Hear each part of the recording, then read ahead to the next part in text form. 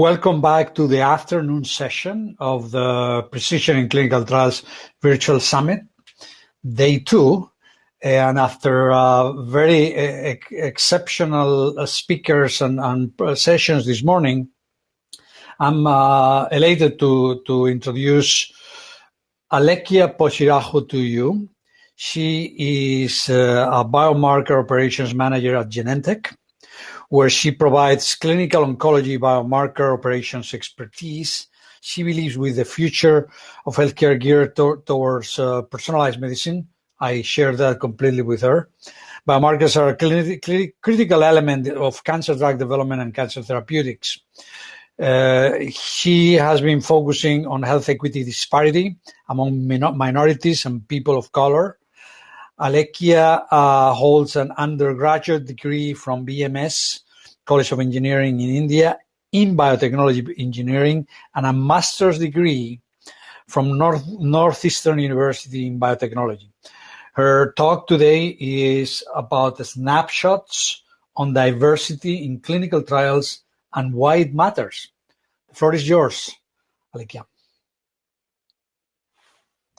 Thank you. Sam, could you pin my presentation? Thank you, Dr. Oscar, for the introduction, and hi, everyone. Thank you for having me. As Oscar introduced, I'm Alekhya Pochiraju. I work within clinical trial execution team at Genentech, and I'm excited to be part of PCT here today, and also to share my perspective on the current diversity gap and why it is important to have diversity within clinical trials. So I hope my presentation provides a window into why diversity in clinical trials should matter to each of us and how the current medical treatments unfavorably impact people of color and what can be done and what is done to mitigate this existing gap.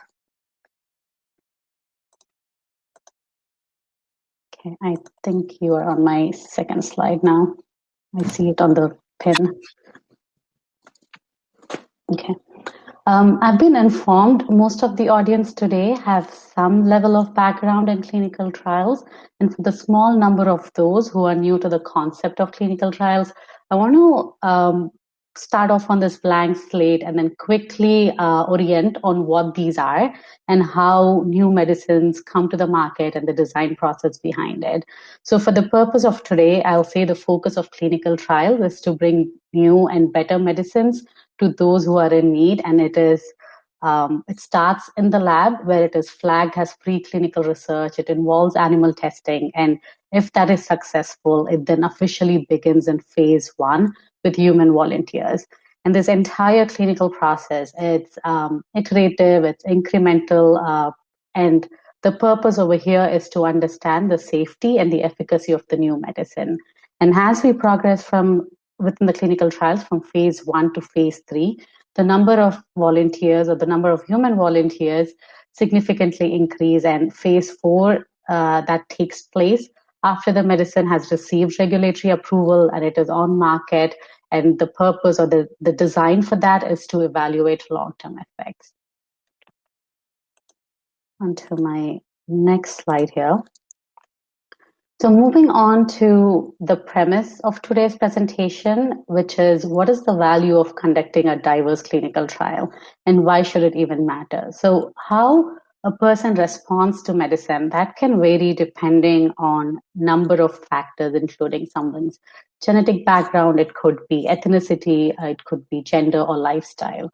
So that makes it paramount to have reliable representation in clinical trials, so we have robust predictability on medicine's response to, it could be to race or to ethnicity. And when we take a step back and we look at the current snapshot of the trials approved by FDA, and that includes US exclusive trials and also the trials that are done on a global footprint or a global landscape. And the composition, when we look at the snapshot, is predominantly Caucasian male or Caucasian female. And unfortunately, minority populations have been consistently and historically underrepresented when it comes to their participation in clinical trials. And this is of essence, or this is of importance, because how the medicines work for all races, for all ethnicity, is not always available. And that could be a huge gap because we are extrapolating homogeneous data onto heterogeneous populations.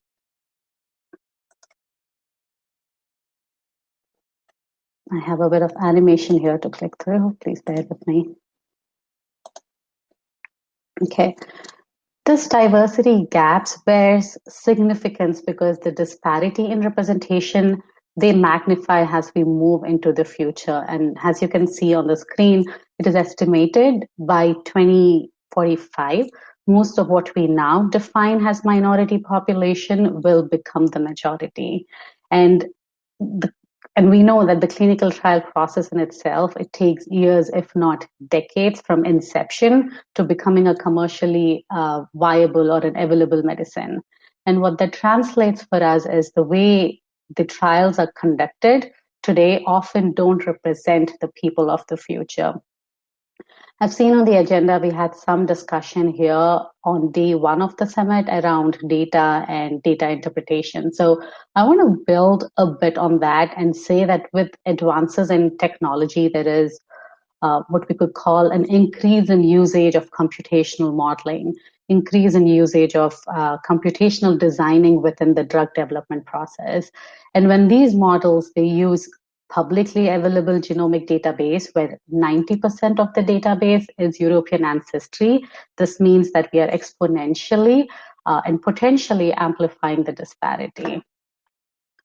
And one more infographics over here is 1 in 6 women are at a lifetime risk of developing breast cancer, and the likelihood of breast cancer leading to death, specifically in the populations of African American women or women of African ancestry, is 41% higher. And yet African American women constitute to only 6% of the clinical trial participants. And I'll speak to the specific example on breast cancer later on a different slide.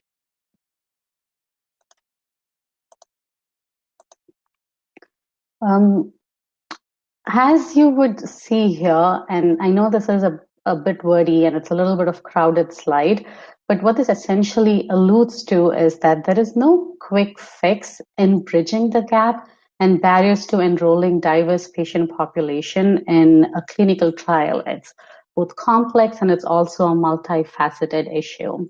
And a common cause that has been reported out through research, a common cause is lack of awareness and education within the general population about clinical trials as a safe option.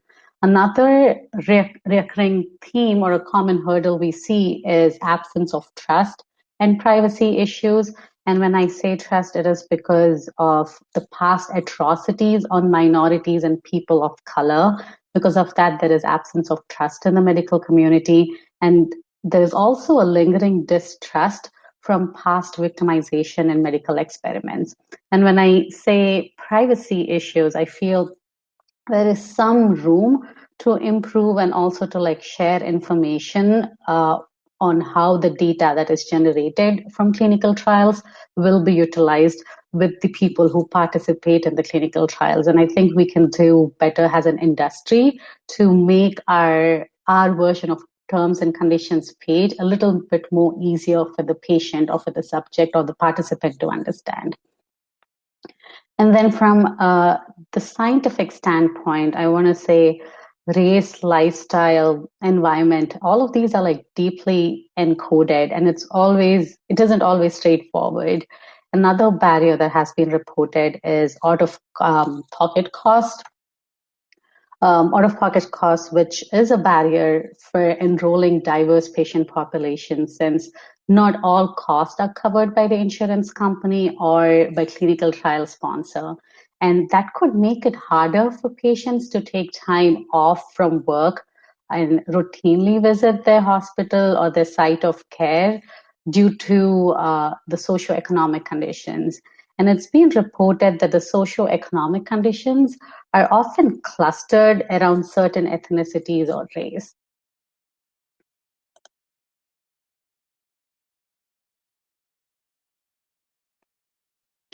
So this slide is a snapshot of existing disparities in US based on a data that was collected a couple years ago.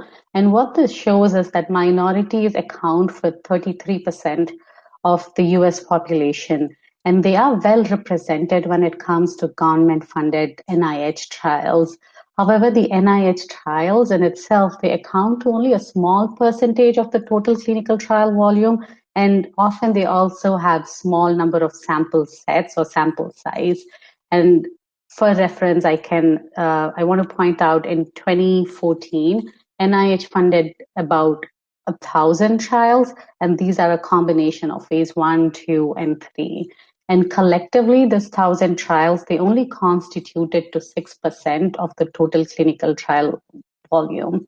So the point I'm trying to or the message that I'm trying to drive home here is that although the representation on government-funded trials, it is on par, their impact is lower. And on other hand, the data shows that the representation could be lacking when it comes to industry-funded trials, but their volume is higher, and that makes their impact of the industry-funded trials a bit more greater.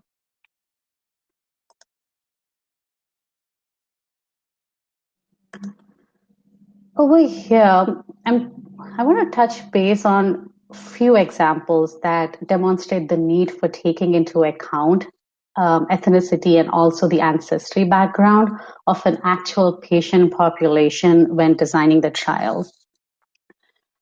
One example that I listed here is lupus nephritis, which is a disease of kidney. And evidence has shown that Africans and Hispanics related genetics experience higher occurrence of this disease. And the outcome of the current treatment is also less successful for these racial and ethnic groups. And same could be said about lung cancer. You might know that lung cancer is most commonly diagnosed cancer and a leading cause of cancer death, and that's worldwide. And lung cancer can behave differently based on the racial ethnic backgrounds.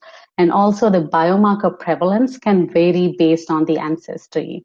The examples I provided here is KRAS mutation within the lung cancer that becomes more common, or it's seen more commonly in European ancestry, while EGFR mutation is more prevalent in Asia. And this was identified because the clinical trial participants were diverse enough to draw these conclusions. And this goes to show that scientific findings in general, they do get enriched when diverse patient populations are included. The other example that I have on breast cancer on your screen is from Genome-Wide Association study. Some of you might recognize it as GWAS. In breast cancer, which has identified a strongly protective single nucleotide polymorphism, or SNP, within the Latinas. And these results, they highlight the importance of conducting research in diverse populations as a win-win. And we can see a similar correlation to medicine and ethnic and racial backgrounds that exist in asthma, that exist in a lot of other diseases, and also breast cancer, which I'll speak to on the next slide.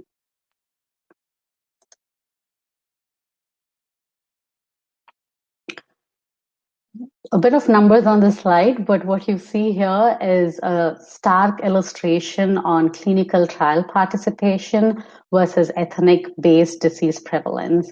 And what you would notice is that Black women have high overall mortality rates, that is about 41% higher due to breast cancer, but they also have very low participation in clinical trials.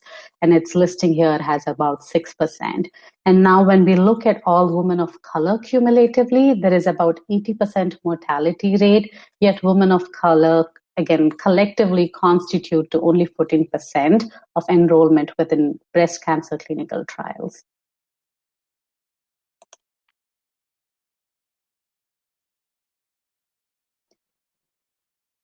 This slide underscores the earlier point on how genomic data helps us understand how patients react and respond to medicine, and how molecular profiling and genomic-based healthcare is quickly becoming the norm in understanding the disease biology.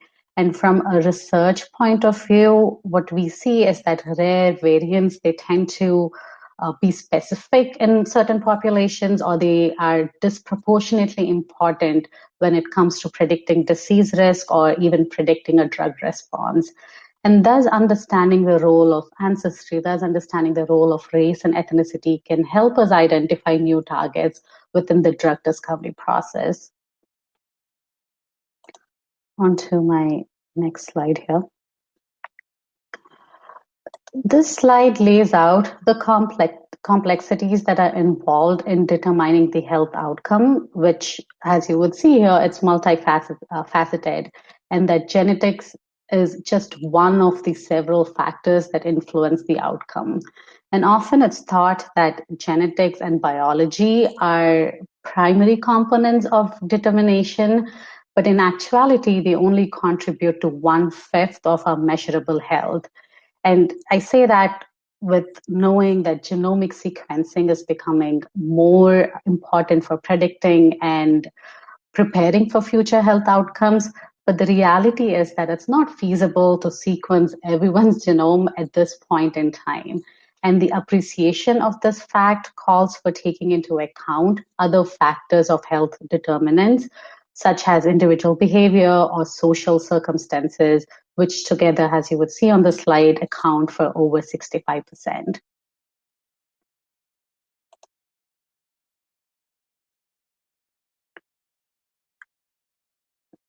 I want to start out on the slide by saying COVID is on all our minds.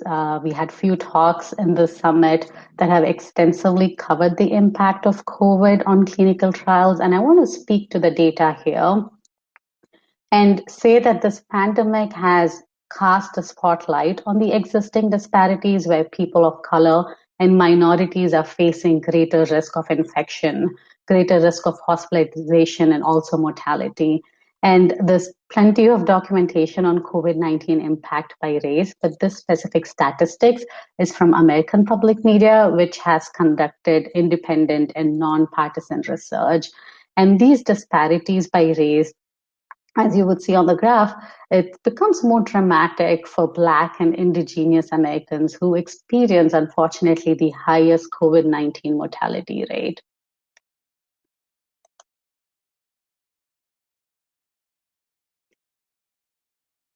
On grand scheme of things, COVID-19 is relatively a newer infection, and thus it becomes too early to substantially correlate genetics with the impact. But what we do know as of today is that these disparities are systemic and they are driven by socio-economic conditions. And this could be like income or in education, or it could be because certain populations have underlying health conditions.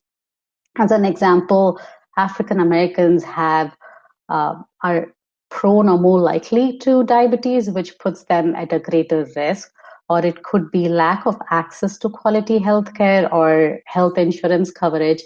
And oftentimes it's a combination of all of these factors where the resultant is that people of color are disproportionately impacted by COVID-19.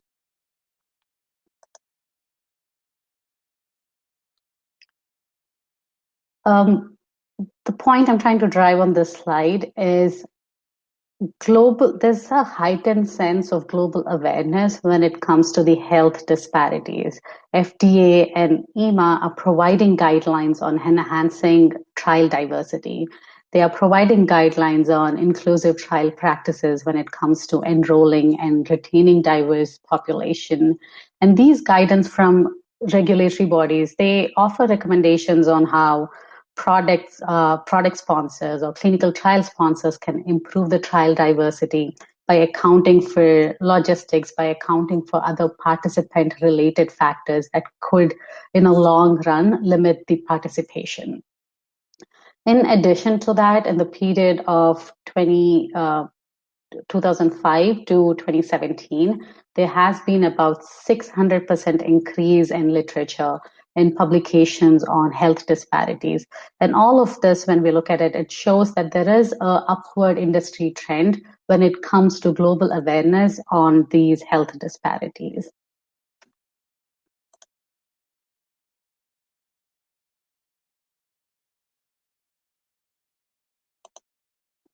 Okay. Up here, I want to highlight an example where when there is commitment from industry, when there is guidance from regulatory authorities, diversity in clinical trial participation, that is achievable. And it is achievable without negatively impacting the trial recruitment timelines. And I'm pulling this information from what's available publicly, is that Genentech has conducted COVID-19 related trial which is specifically designed to cater towards communities of color. And the reason for that, what we have seen earlier too on the slide, is that communities of color are disproportionately impacted by COVID. And this trial is designed with that patient population in mind.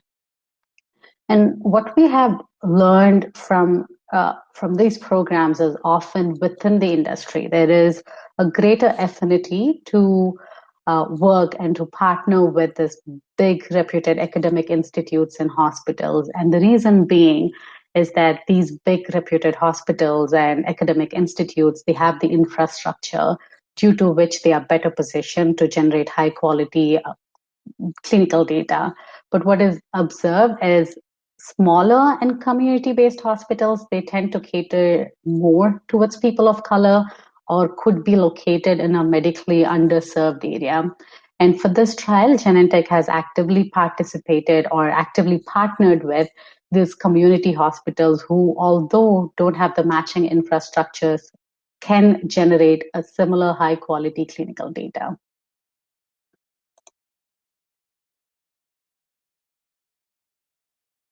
A few animations to click through here.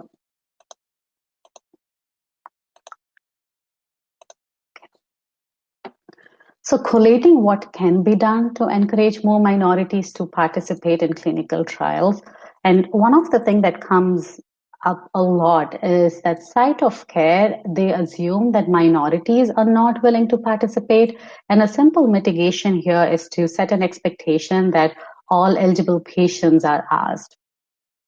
The other aspect is also caregiving sites. They don't always have the staff that has experience in recruiting diverse population. And for that aspect, drug development companies or the clinical trial sponsors can collectively work with these caregiving sites to improve on that aspect. The other thing that comes up often is also distance. So how far the caregiving site is from the clinical trial participant, or the finances, like an out of pocket cost can be a deterrent. And for that, support could be provided either by the clinical trial sponsor or by working in collaboration with the local government. And underlying to all of this is building trust and raising awareness and engaging communities, specifically engaging communities of color will help mitigate this participation gap. With that, I want to leave us with this pictorial representation, which kind of lays out the difference between equality and equity. And what we should strive for is equity when it comes to clinical trial participation among communities of color or among minorities. With that, any questions?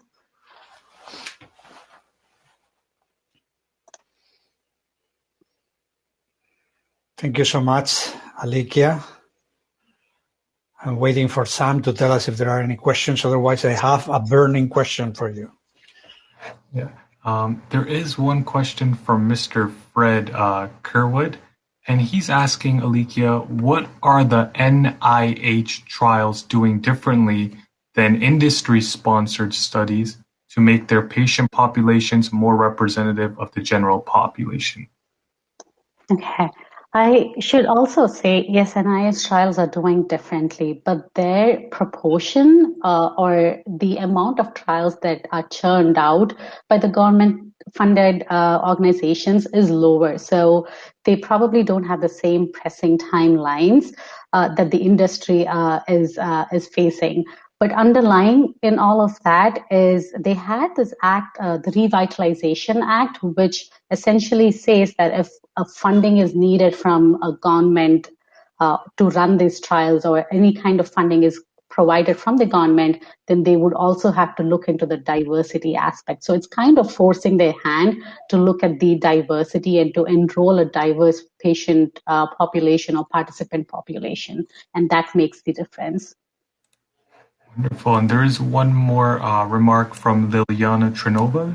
She said, love the graphic about equity versus equality. Visuals are important.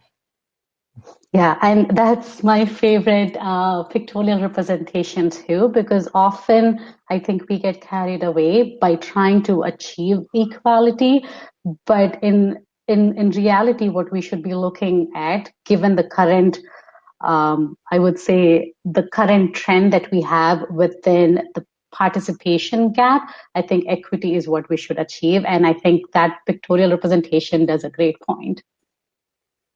Wonderful, wonderful. And I think Dr. Oscar had a question for you. Yeah, a bit practical in some way. When we start looking into clinical sites, and if we want to keep in the back of our minds equality, ensuring that we avoid bias in terms of diversity, what do you recommend, and what's the experience by Genentech? Is better to start identifying clinical sites that are in underserved communities, or do we go to reference centers, let's say Philadelphia, and ask them to start stratifying, ensuring that they have a number of patients from minorities versus other populations? What's your recommendation here? That's a great question, Dr. Oscar.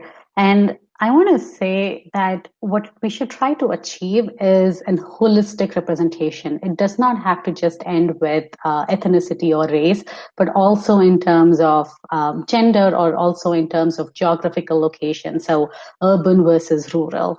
And my recommendation is designing trials keeping patient in mind, or the patient population in mind. So for example, when it comes to cardiovascular diseases, we see that the disease, or there's a high disease burden or a disease prevalence in African American communities. But in 2016, FDA had reported, even though the prevalence of cardiovascular disease is higher in this population, they only constitute to about 2.5% when it comes to participation in clinical trials.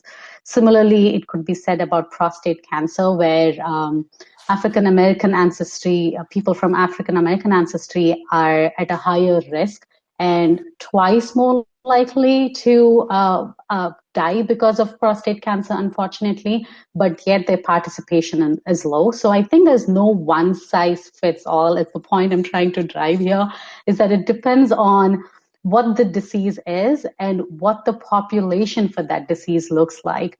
And in terms of what Genentech has seen, and I can speak to in terms of IMPACTA trial, which is the trial I was referring to, and there's a lot of publicly available information over there, is for COVID-19, it was recognized due to both intrinsic and extrinsic factors that people of color were at disadvantage. So what Genentech did is going to this medically underserved places, or going to community hospitals, and they did all of this without negatively impacting the timeline, because I think timeline is so critical, right, when it comes to clinical trial and getting them up and running. I hope that answers your question. It does. Thank you so much. Thank you again, Alekhya, for your presentation. And we will be going to our next presentation, which is SUP1. So if everyone can head over to that room, I would greatly appreciate it. Thank you.